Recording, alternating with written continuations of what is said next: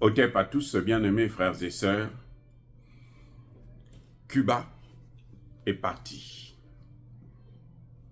Cuba est sur la bonne voie. Cuba va avancer maintenant. Cuba va bientôt être la plus grande puissance d'Amérique latine. Parce que Cuba, les Cubains là, que vous voyez, ils ne sont pas aussi bêtes qu'on ne peut le croire. Ils ne sont pas aussi pauvres qu'on ne peut le croire. Ils sont dans cette misère, comme les Africains, parce qu'ils sont sous sanction depuis 1962. Vous comprenez? Plus de 60 ans que Cuba est sous sanctions américaines. Et ce n'est pas les moindres, ce sont des sanctions sévères. Je dis, ce sont des sanctions sévères. Si quelqu'un parmi vous a des enfants ou a un parent qui se trouve, un ami qui est à Cuba, depuis les États-Unis, essayez d'envoyer de l'argent. On va vous faire toute une liste, on va vous donner 50 pages à remplir. Moi, j'ai eu ça. Un de mes fils est allé à Cuba, étudier là-bas. Le fils de mon grand frère, le défunt Alain Mabiala, que je salue de paix à son âme, pour envoyer de l'argent, pour lui envoyer quelque chose. C'est toute une... Mais c'est le parcours du combattant. C'est comme si vous êtes en train de suivre une formation militaire. Toutes les questions, vous avez fait, vous pouvez passer au moins 1 heure à remplir la paperasse, lire, remplir, poser, répondre aux questions et tout, ainsi de suite. À cause des sanctions. Et Cuba a des cerveaux, notamment dans le domaine de la science. Ils ont fait leurs preuves dans la médecine. Quand le virus Ebola s'est déclenché en Afrique, les Américains ont fui, les médecins américains ont fui. Les médecins cubains sont venus affronter l'épidémie sur le sol africain.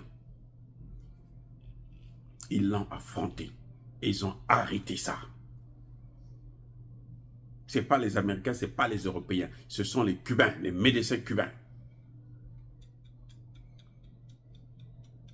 Quand il y a eu le virus là, le C-19,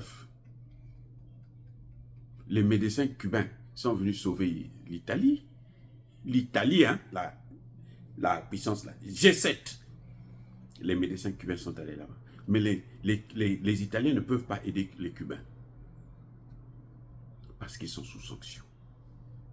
Maintenant que Cuba est partenaire des BRICS, les BRICS ont mis en place un système de paiement. Parce que c'est tout le nœud, le succès des opérations, des sanctions américaines, c'est le système SWIFT. Comment vous pouvez vendre, comment vous pouvez acheter. Ils contrôlent ça. Comme ils contrôlent ça, ben, ils contrôlent toute votre économie. Vous ne pouvez pas acheter sans acheter le dollar. Vous ne pouvez pas vendre sans recevoir le dollar. Le dollar, c'est leur monnaie. Et si vous utilisez le dollar, ça doit passer forcément par le système SWIFT. Et eux, ils ont donc les traces. Ils sanctionnent celui qui échange avec vous et ils prennent tout ce que vous avez. Le Venezuela, actuellement, tous ses avoirs, ils ont pris, hein. Toutes les réserves américaines, vénézuéliennes, ils ont pris ça. Donc, Cuba, en entrant dans les BRICS, là, qu'est-ce que ça vaut les sanctions maintenant?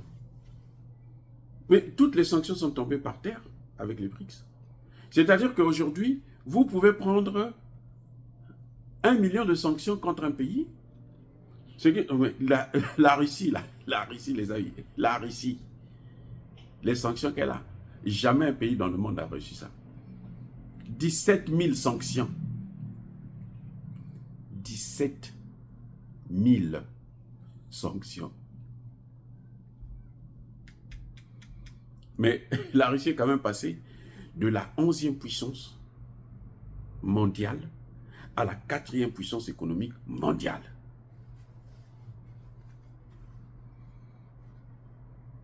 L'Iran. Pourquoi l'Iran ne veut pas faire la guerre avec Israël? Parce qu'ils ont déjà une économie qui est maintenant plus puissante que certains pays d'Europe. Les amis. Parce que les Européens, là, leur puissance, là, c'était nous. Comme ils viennent piller chez nous, ils prennent et disent, oh, nous, on a ceci, on a cela. La France vend l'uranium. Tu vois, vous voyez, au point du Niger, ça c'était seulement le Niger. Avec seulement le Niger, la France était un producteur d'uranium. Ils vendent l'uranium. Qui veut acheter? J'en ai à gogo. Maintenant que les Africains sont en train de fermer les portes, vous voyez la crise? Ils veulent maintenant faire la guerre. C'est la seule chose qu'ils savent. Ils oublient que, mais l'erreur, la faiblesse de la force, c'est de croire que la force peut résoudre tous les problèmes. Donc, les Cubains, maintenant, toutes les sanctions sont en train de tomber. Parce qu'ils n'auront plus besoin, avec les BRICS, ils n'auront plus besoin du dollar pour commercer. Pour échanger avec la Chine, pour échanger avec, la Russie, pour échanger avec l'Inde, pour échanger avec l'Afrique du Sud, pour échanger avec tous les pays membres des BRICS là. Et dans les BRICS là, nous avons les géants du monde. Les géants. Ceux qui ont des économies qui ne sont pas basées sur le pillage des autres pays, le vol. Non. Leur économie là, c'est des économies plus ou moins, hein? Pas dire comme ça, mais ils s'efforcent à être.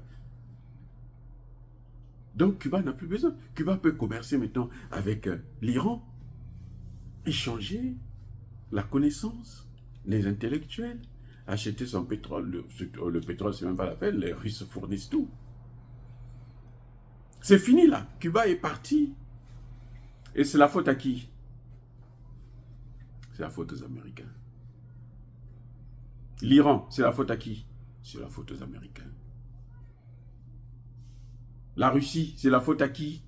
C'est la faute aux Américains. Trump l'a dit, on a perdu la Russie, on a perdu l'Iran à cause des sanctions. Donald Trump, qui va probablement, maintenant c'est presque sûr, être le prochain président des États-Unis d'Amérique. Il ne savait pas qu'il y avait Cuba aussi qui venait. Il ne savait pas qu'il y avait le Venezuela, que lui, il a puni. Parce que les sanctions au Venezuela, là, c'est lui qui a pris les avoirs, les actifs du Venezuela. C'est Trump. Moi, je l'aime bien parce que, bon, c'est pas que je l'aime bien. Je le préfère par rapport à l'autre. Hein? Je veux voter pour lui. Voilà, quoi. Bref. Je veux dire que les Occidentaux ont développé Cuba. Parce que ceux qui ont vécu dans ce genre de crise, de difficulté là, maintenant que les portes s'ouvrent, mais ils vont aller très vite. Non, mais les gars, ils vont aller très vite. Ne soyez pas surpris que les Américains cherchent maintenant à revenir encore à Cuba pour aller venir chercher du boulot, pour venir chercher le soutien économique et autres. S'ils restent dans cette position, bien sûr, parce que si les Américains ne changent pas leur politique, s'ils ne réfléchissent pas qu'en termes n'acceptent pas la multipolarité et qu'ils vont continuer à sanctionner les pays, mais l'Amérique va tomber. C'est une évidence, ça va de soi. Et là, à ce moment, c'est eux qui vont courir vers les Cubains. Les BRICS ont sauvé les Cubains. Ils ont sauvé Cuba. Les Cubains qui sont aux États-Unis, qui critiquent le pouvoir là-bas, qui pensent qu'il faut continuer à mettre des sanctions, ces Cubains-là, ils vont le regretter maintenant. Parce que la roue là va maintenant tourner. Le soleil va maintenant apparaître grandement à Cuba.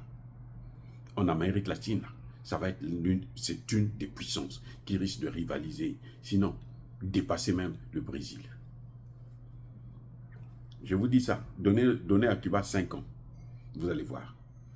Bien-aimés frères et sœurs, encore une fois de plus, soyez bénis, soyez abondamment bénis par le Dieu des Kémites et par nos ancêtres angélisés. Mais que tous ceux qui persécutent le continent africain, le pillent et le déstabilisent, qu'ils soient noirs, blancs, chinois, arabes, juifs, indiens, qui qu'ils soient punis, maudits, foudroyés, neutralisés, écrasés, effacés par le Dieu des Kémites et par nos ancêtres angélisés. Vive l'Afrique éternelle, j'ai dit, et j'assume.